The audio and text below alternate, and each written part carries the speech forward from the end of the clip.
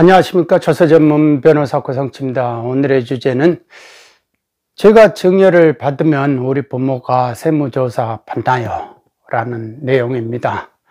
이런 질문을 실제 받았습니다. 그리고 상담이 이루어지고 있습니다.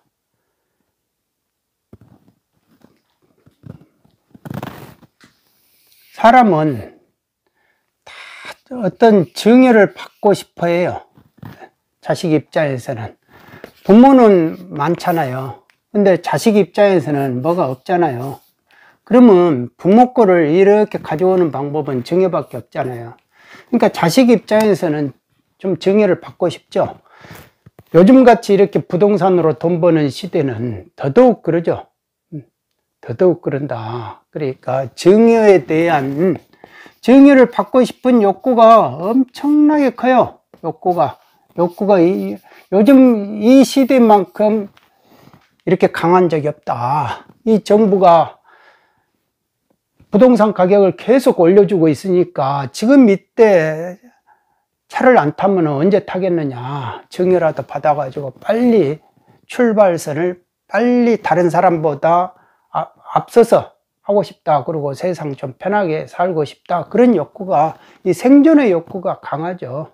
없는 부모를 만나면은 그런 욕구도 없지만, 있는 부모를 만났는데 부모 재산 어차피 돌아가시면은 국가가 다 가지고 갈 건데 뭐 하려고 국가 좋은 일 하냐. 생전에 나한테 좀 주라. 내가 젊었을 때 내가 가지고 있으면 내가 그거를 또 불릴 수 있는 거 아니냐.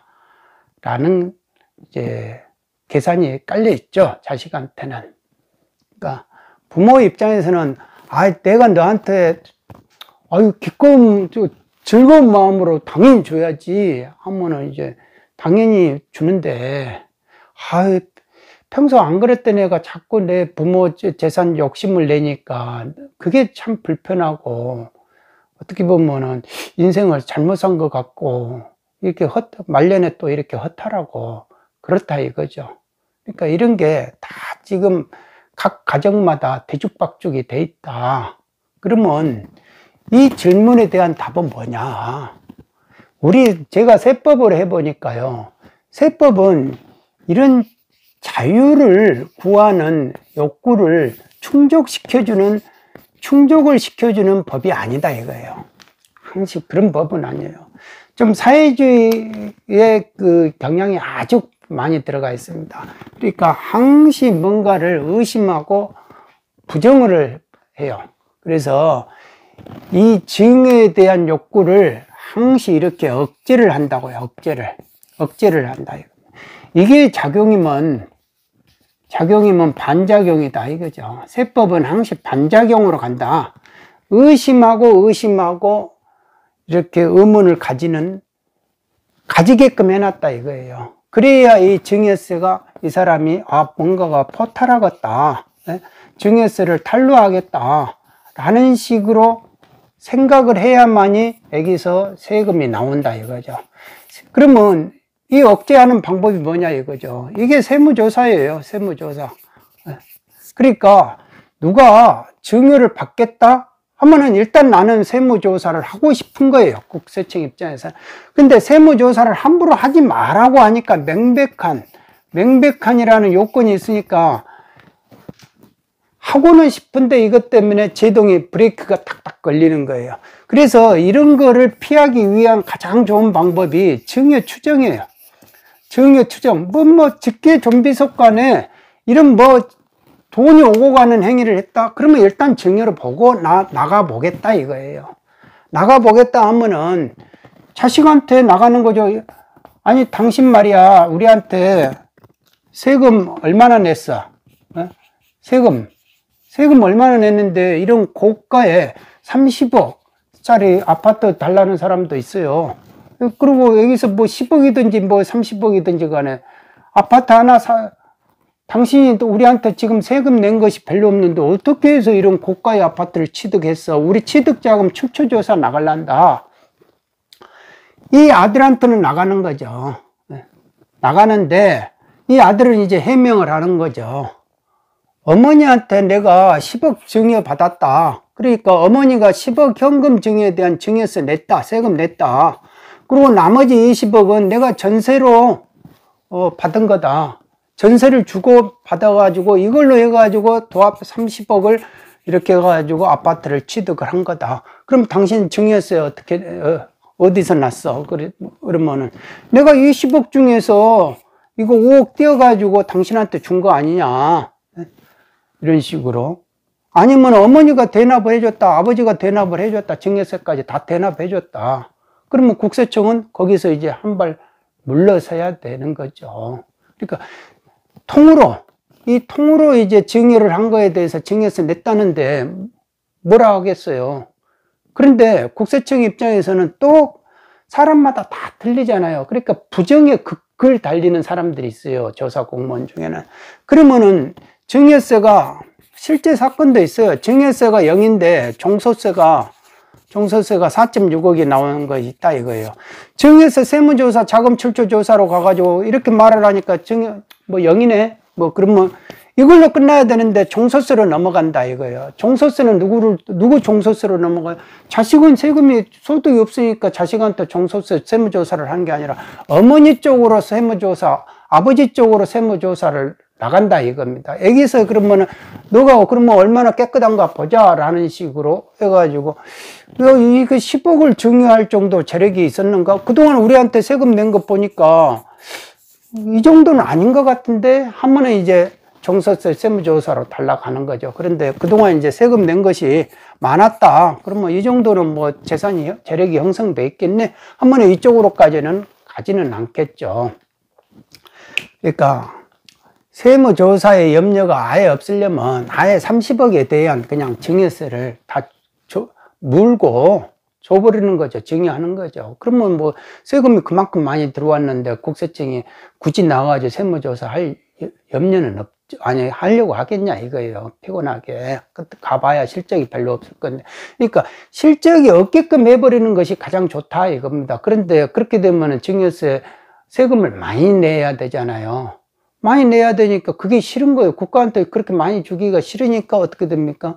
뭐 다른 거를 자꾸 뭐 절세의 기술이다, 뭐 절세, 뭐 묘수다, 뭐 이렇게 하면서 부담부 증여라든지 뭐 전세 계약을 끼고 한다든지 금전 소비 대체 한다든지 이렇게 하잖아요. 그러면 증여세가 그만큼 줄어드니까 국세청 입장에서는 반작용의 의지가 커진다 이거예요. 반작용의 의지가. 그러니까 세무조사를 초래를 한다 이겁니다.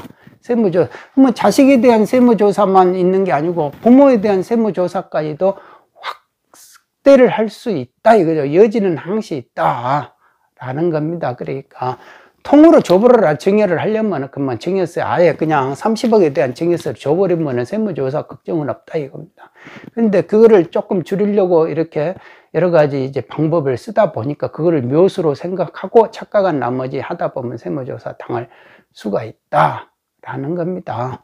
그 이상의 이제 구체적인 거는 이제 전문가들한테 찾아가셔가지고 상담을 받아보십시오. 그래요. 이런 거를 보면은 답답하기가 그지없죠.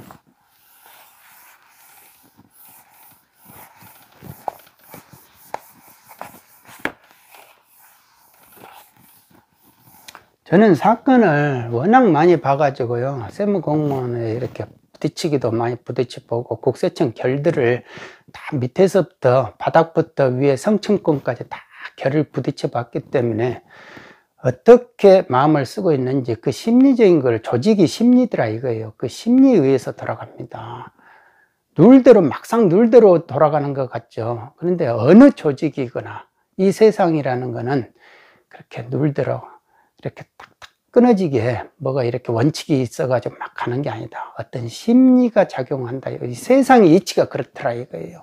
세상의 이치가 다 그러잖아. 나 자신만을 이렇게 생각을 해보면요. 다 내가 지금 뭐 없어요. 아무것도 가진 거 없어요. 그러면 내가 많이 가지려고 할 거 아닙니까? 이 심리의 강물이 도도하게 흘러요. 내 내면에. 네? 잘 되고 싶은, 성공하고 싶고, 잘 되고 싶잖아요. 그래가지고 이렇게 무주택에서 다주택이 되고 돈을 벌게 되면 부동산 가격이 팍 올라가면 즐거움이 생기잖아요. 즐거움이. 여기서는 슬픔이에요. 없으니까 슬퍼. 슬프니까 자꾸 가지려고 하잖아요. 내 스스로 무에서 유를 창조할 능력이 안 되니까 부모 재산은 부모 찬스를 받아가지고 부모 재산을 나한테 좀 옮겨달라. 그래서 증여하고 막 증여해달라고 하는 거 아니겠습니까? 그러니까 부모가 있어도 괴로운 거예요. 그런데 또 한편으로는 보면은 남이 나 자신은 이런 식으로 이렇게 자꾸 이렇게 가지려고 하는데 남이 이렇게 많이 가진 거를 보면은 슬퍼요. 내가 슬프잖아요. 슬프다는 거는 시기 질투가 있다는 거예요. 시기 질투. 시기 질투에 우리가 화채 아닙니까?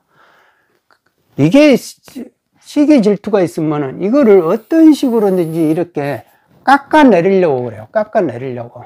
사람을 있는 거를 뺏으려고 한다 이거. 시기 질투가. 그렇게 해서 시기 질투가 성공을 하면은 기뻐요. 이게 즐거움이다 이거예요. 즐거움. 남이 나무 불행은 내 행복이라고 하잖아요. 그 시기 질투의 대명사 격언입니다. 그러니까 시기 질투를 해서 남의 거를 깎아내리고 자꾸 없애보는 그게 이제 성공을 하면은 이게 성공을 하면은 즐거움이고 실패를 하면은 그냥 슬픔으로 머물고 이게 슬픔이 내가 더 이상 남의 거를 끌어내릴 수 없으면 증오로 변한다 이거예요. 증오. 그런다고 그래요. 잘 생각을 해보시면 아 그렇구나 그런 거죠. 그러니까 그런데 이 시기 질투가 계속 가다 보면 자기도 뭐를 가지고 싶은 거예요. 자기가 이렇게 뭐를 가지고 뭐가 많아지면은 저절로 이 시기 질투로부터 벗어난다 이거예요. 가만히 생각을 해보면은 그러면 여기도 슬픔이 있고 여기도 슬픔이 있는 거예요. 여기도 즐거움이 있고 여기도 즐거움이 있어요. 여기도 다가 있고 여기도 다가 있다 이거예요. 그러면 이게 도대체 뭔가? 없는 사람 입장에서 여기서는 없는 사람 입장에서는 남 것 보면 이런 식으로 시기 질투가 되잖아. 그러면 여기도 무가 있고 여기도 무가 있단 말이에요. 도대체 이게 뭐야? 어느 한편에만 있어야 되는 개념들이 왜 이렇게 양쪽에 다 있는 거야? 이렇게 해보면은 그러면 애기가 동일한 시점 즐거움 다 슬픔 무 이런 것이 다 동일하게 이 한 점에 동일하게 있다는 거는 결국은 이게 이렇게 보면은 이렇게 됐다는 거 아니에요. 이렇게 원을 그리고 있다 이겁니다. 그러니까 이 한 점에다가 결국은 이 한 점으로 다 만난다 이거 아닙니까? 그러니까 단순히 이렇게 평면적인 것이 아니다 이거예요. 단선적인 것이 아니다 이거죠. 이런 개념들이 결코 단선적인 개념들이 아니다 이겁니다. 가령 이쪽이 동쪽이에요. 우리 한반도만 보더라도 여기가 서쪽이에요. 서쪽은 바다가 있고 동쪽도 바다가 있잖아요. 그런데 충청도 내륙에는 산이 있어요. 동쪽에 이쪽에서 사는 새는요 해가 동쪽 바다에서 떠가지고 산으로 지는 걸로 보여요. 이 서쪽에 사는 새는요 해가 산에서 떠가지고 바다로 지는 걸로 보여요. 근데 이 중간에 산에 사는 새는요 해가 산에서 떠가지고 산으로 지는 걸로 보인다 이거예요. 그러니까 자기가 보는 위치에 따라서 다 틀리다 이겁니다. 바로 그걸 보고 이제 관념이라고 그래요. 관념은 허상이다 이겁니다. 허상. 이거는 실체가 없어요. 네. 자기가 보는 관점에 따라서 다 이게 틀려진다 이겁니다. 그러니까 이런 걸 보고 만일 이런 거를 참으로 생각한다, 관념을 참으로 생각한다, 이거는 착각이다 이거예요. 착각. 착각. 이 착각하면서 사는 존재를 결국은 중생이라 한다 이거죠. 중생. 자기식으로만 보는 거예요. 자기식으로만. 자기식으로. 그러면 도대체 뭐가 잘 되는 거냐? 뭐가 잘 되는 거냐? 이거예요. 정의를 자꾸 받으려고 하는 그 입장에서 보면 내가 잘 되려고만 하는데 이게 시기 질투가 항상 같이 쌍으로 가지고 간다니까요. 자기 자신도 시기 질투가 있지만은 자기 자신은 자기가 잘 되면 남이 이렇게 시기 질투를 한다 이겁니다. 거기에 이제 같이 이렇게 쌍으로 시달리고 같이 간다 이죠. 엎덩어리처럼 굴러간다 이겁니다. 공처럼.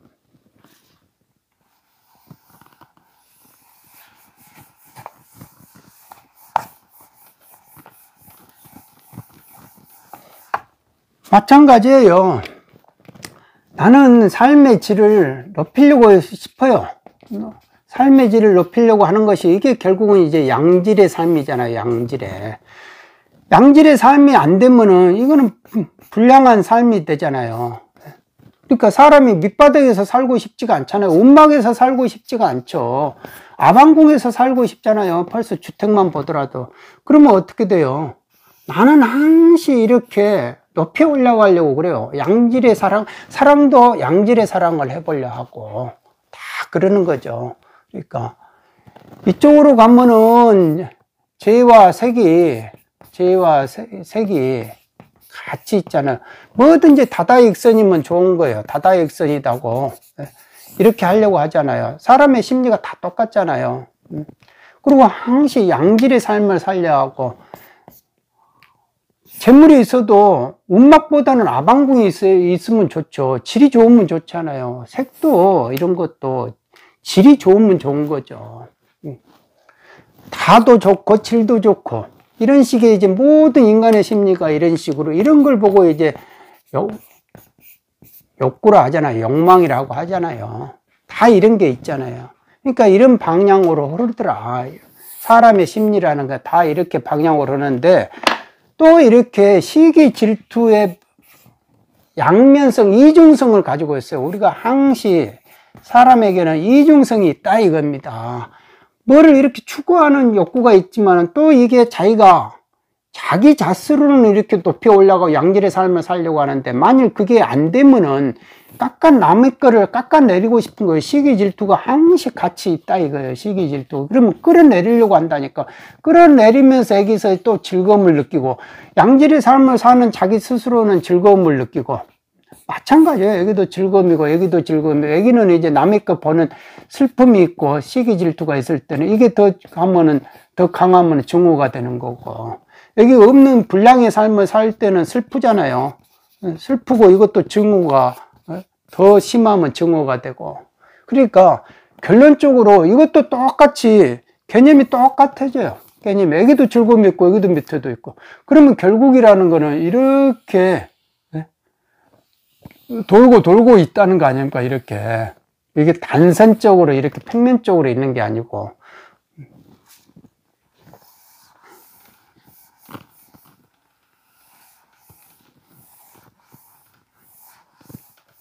그러면 어떻게 됩니까? 아까도 이렇게 돌고 이렇게도 돌고 이렇게 돼 있잖아요. 그러면 이거를 다 연결하면 이렇게 어떻게 됩니까? 하나의 원이에요. 그러니까 여기서 이렇게도 있고 이렇게도 있고 이 원이라는 거는 자기 보는 존재에 따라서 얼마든지 이렇게 변해지는 거예요. 그런데 결국은 이게 뭐냐? 이 틀에서 못 벗어나더라 이거예요. 이게 결국은 욕망이라는 거, 그 한계, 시기 질투라는 그 내적인 한계를 못 벗어나더라. 그 이중성을 못 벗어난다 이거예요. 결국은 이거는 뭐를 해도 만족이 없어요. 그러니까 항상 구속이에요. 내가 뭐든지 다다익선이다 해가지고 뭐든지 재물도 많고 색도 이렇게 뭐도 이렇게 많고 해봐야 항상 이게 이 구속 속에서 다람쥐 쳇바퀴 돌듯이 산다 이거예요. 결국은 다다익선 다 해봐야 이 구속 속에서 구속의 삶을 살고 있다 이겁니다. 구속의 삶을. 그러니까 이 한계를 못 벗어난다 이겁니다. 이 한계를 못 벗어나니까 결국은 이게 뭐냐? 구속의 반대말이 해방 아니에요. 구속으로부터 벗어나는 게 해방이잖아요. 해방이 돼야만이 자유를 느낀다는 거예요. 그러니까 이 구속을 당하고 있으면 자유를 느낄 수가 없어요. 그러니까 재물이 아무리 많아도, 지위가 아무리 높아도, 명예가 아무리 많아도, 이 구속이다 이거예요, 결국은.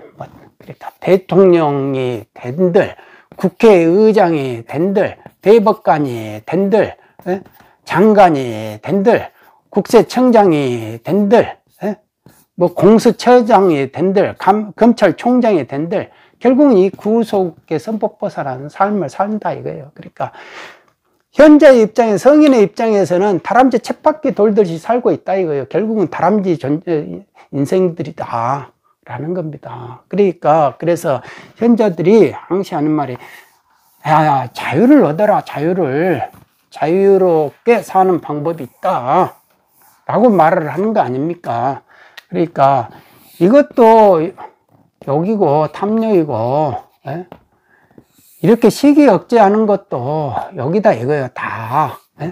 그런데 이게 참 징글징글하게 이렇게 본능이다 보니까 이거를 DNA보다 더 찐득찐득한 거예요. 그러니까 너무 찐득찐득하니까 집착을 할 수밖에 없어요. 탈착 달라붙어 가지고 떼지지가 않아요. 그러니까 제발 집착하지 마라 한 거거든요.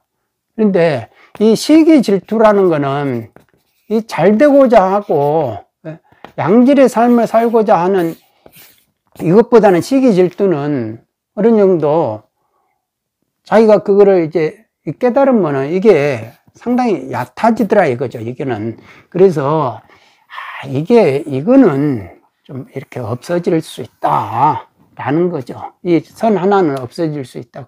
그러면 벌써 삶 자체가 일단은 이 두 개 이렇게 시기 질투가 같이 있는 것보다는 훨씬 단순하다 이거예요. 그러니까 이것을 시기 질투하지 마라, 뭐든지 만족해라, 감지덕지해라 하는 말이 바로 이 선을 없애라 이거예요. 시기 질투하지 마라. 그러니까 자꾸 시기 질투하는 사람이 평등을 강조하죠. 평등을 강조한다 이거. 왜? 시기 질투하는 그 마음을 들키지 않고 싶어서. 그래서 평등이라는 좋은 말을 쓰는 거, 희색을 하고. 이거는 이제 자꾸 탐욕을 부리는 거잖아요. 그런데 이런 거를 가지고 이제 자유라고 표현하죠. 내 사적 재산권을 보장해달라, 이런 식으로 포장을 하는 거예요. 그러니까 다 좋은 말로 하는 겁니다. 이렇게 다 합해가지고 이제 정의라고 표현을 하고 그냥 뭐라고 말하기가 그러면은 다 이런 거잖아요. 그러니까 이거를 없애라 이거죠. 없애고 이것도 집착을 하지 마라. 집착을 하지 마라 이렇게 하면은 어떻게 됩니까? 이 양쪽에 이런 선이 없기 때문에 이 구속으로부터 없어진다 이거죠. 이 구속이라는 게 저절로 탈피가 된다 이겁니다. 탈피가 되면은 바로 이게 이제 진리래요. 바로 이게 진리래요. 뭐가 시작점이 어디 있고 끝이 어디 있겠습니까?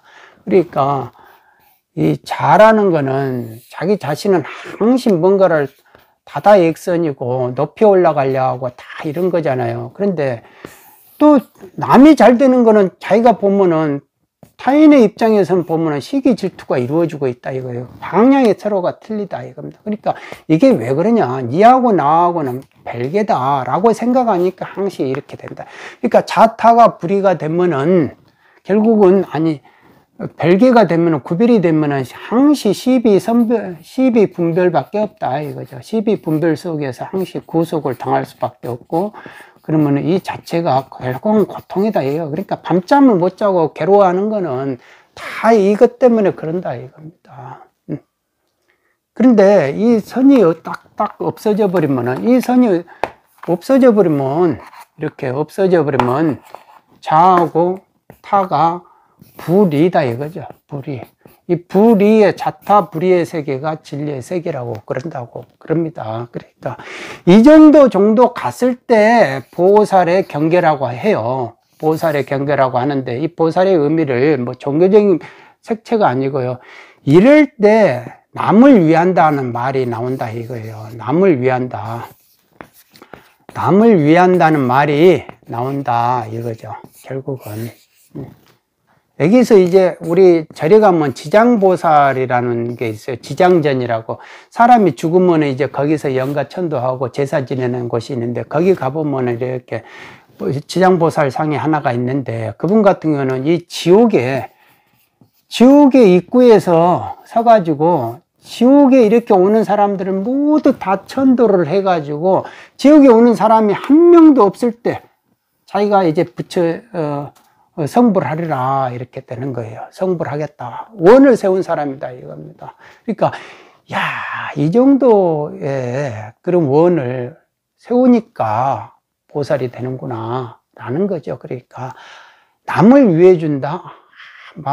남을 위해 준다 이런 말 있잖아요. 그게 다 이 정도 경계가 아니면, 잣다부리의 경계가 아니면요 하지도 못해요. 그거는 다 어떻게 봅니까?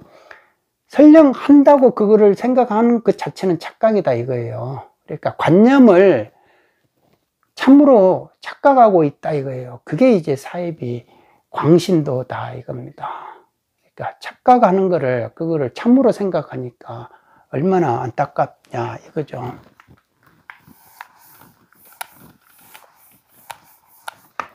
그러니까 애기가 자잖아요. 애기가 우잖아요. 이렇게 보면 애기가 자예요. 애기가 자. 애기가 우예요.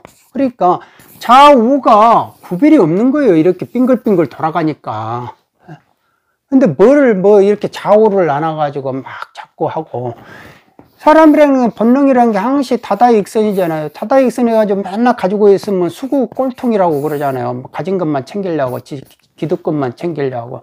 그러면 내 입장에서는 자꾸 평등을 강조해가지고 뭐 나눠주자 이렇게 하면은 막 이거를 진보라고 그래요. 근데 따지고 보면 이게 시기 질투라니까, 시기 질투의 심리라니까요. 이게 이쪽으로 가는 것 자체가. 그러면 좌우도 없고 이게 뭐 수구화랑 진보가, 그러면 여기도 이제 뭐 누가 다 있어가지고 나눠주면 이쪽도 진보지, 안 그래요? 이 진보가 평등을 강조하면서 가진 게 많아져요. 가진 게 많아지면 자기도 기득권이 되니까 여기서 수구가 되는 거죠. 그러니까 수구, 진보, 좌우 이런 것이 갖다 붙이기 나름이라니까요. 다 그게 어떻게 보면 자기 이익을 위해서 갖다 붙이는 거예요. 이익을 추구를 하는데 이거를 들키고 싶지가 않아. 그러니까 여기다가 이제 한마디로 말해서 5% 참기름을 넣어가지고 진짜 기름을 만들어 버린다 이거 아니에요. 그러니까 여기에다가 쓸 수 있는 게 정의, 막 이런 거, 진보, 우리가 이렇게 뭐든지 베푸는 당이다, 막 이렇게 나누고 하겠다. 그러니까. 아니, 진보 당에서 뭐 이렇게 세계관한 사건들이 벌어지고, 정의 말하는 당에서 재물욕 하고 돈 받고 뒷돈 받고 뭐 그러잖아요. 그러니까 정치인들이라는 거는 결국은 이익의 집단들이에요. 그 정당이라는 거는 이익을 집단들이고 이익단체죠. 정치인이라는 이익을 추구하는 사람이고, 이런 사람들이 정의 찾고 진보 찾고 뭐 평등 찾고 이런 거는 다 이거를 자기 이익을 희석화시키는 것이다. 그러니까 일반 국민들이 그런 거에 시비 분별하고 이렇게 한다는 거는 어떻게 보면은 불행이죠. 그래서 말이 길어졌는데요. 결국은 뭐든지 이렇게 작용이 있으면 항시 반작용이 있더라 이거죠. 반작용이. 네. 이게 결국은 우리 심리다 이거예요. 우리 자신도 이런 거를 항시 이중성을 가지고 있다 이겁니다. 이중성을 가지고 있는 존재. 이 단계에서는 항시 중생이고, 중생은 뭡니까? 항시 참고 견뎌야만 되는 거예요. 이 사바세계에서 사는 거니까 참고 견뎌야 되는 존재이다 이거예요. 존재다 보니까 뭐든지 다다익선이면 좋을 것 같았고 즐거움이 있을 것 같은데 맨날 참아야 돼요. 참고 인내해야 되는 고통밖에 없더라. 왜? 이 세계 자체가 내가 이런 이 세계, 이 구속을 받는 이 세계에서 사는 동안에는 항시 참고 견뎌야 하는 그런 일들밖에 없어요. 그런 사건들밖에 없다 이겁니다. 그러니까 부모가 이 정도 재산을 벌었으면 이제 만족하고 내 인생 살고 싶은데, 내 삶의 질을 높이고 싶은데 라고 해도 안 되는 거예요. 자식이 이제 뭐를 원하고 뭐를 하고, 자식 입장에서 보면 무에서 시작하고 싶지 않잖아요. 남보다 내가 더 빨리 시작하고 싶고 더 많은 거를 이룩하고 싶고, 자기도 인생이 한 번인데 이 젊음이라는 건 또 한 번이잖아요. 그러니까 다 그런다 이거예요. 그러니까 다 젊은 사람 입장에서는, 없는 사람 입장에서는 초조 불안하고, 또 있는 사람 입장에서는 항시 생각해야 될 것들이 많고 고통이죠. 견뎌야 될 고통들이 많이 있다. 세금을 보면서 자꾸 이런 생각을 해봅니다. 그러니까 지혜를 가져야 된다. 항시 살면서 지혜가 똑바로 이렇게 보는 안목을 가져야 되는구나. 관념 속에서 착각하는 그런 삶을 살지 않아야 된다.